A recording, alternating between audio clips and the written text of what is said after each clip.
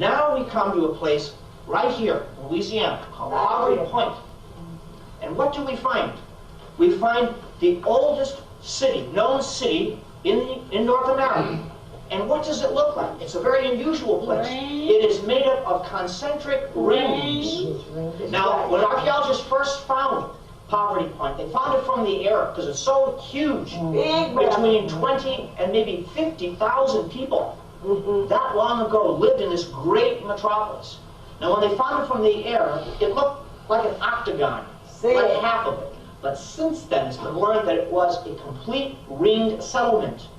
You have alternating rings of land and water. Not only that, in Poverty Point, you have the exact same sacred numerals that Plato discussed. He said, in Atlantis, the people of Atlantis worshipped the numbers, revered sacred numbers 5 and 6, because 5 represented the male principle, 6 represented the female principle. And that by being in harmony with male and female, you're in harmony with the entire cosmos. You go to Poverty Point, you see the same numbers, 5 and 6 repeated. Not only that, these concentric rings are bisected by canals.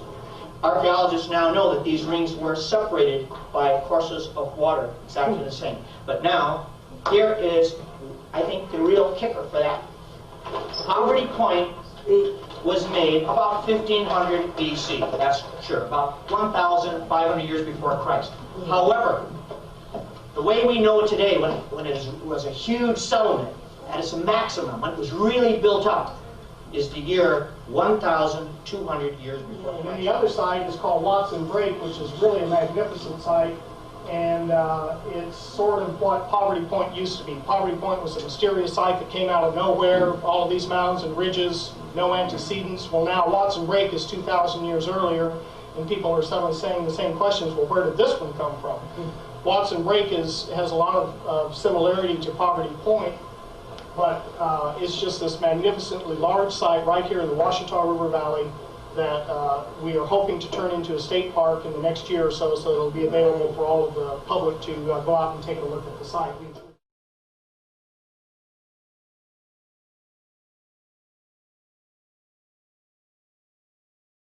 just discovered all of these ridges and mounds, and what we have are a total of 11 mounds,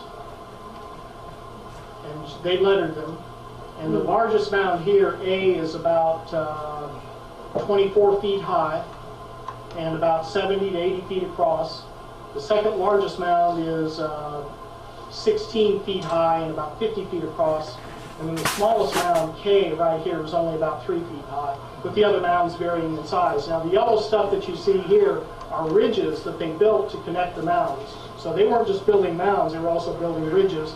And for those of you that have been to Poverty Point, you may recall that they have ridges out there too. So this may be where the origin of the concept of ridges and mounds came from, this site called Watson Break south of Monroe, Louisiana. To give you an idea of the distance from this ridge to this ridge is 300 yards across. That's 3 football fields across. And that's pretty impressive for a site that's averaging about 53 to 5,500 years ago.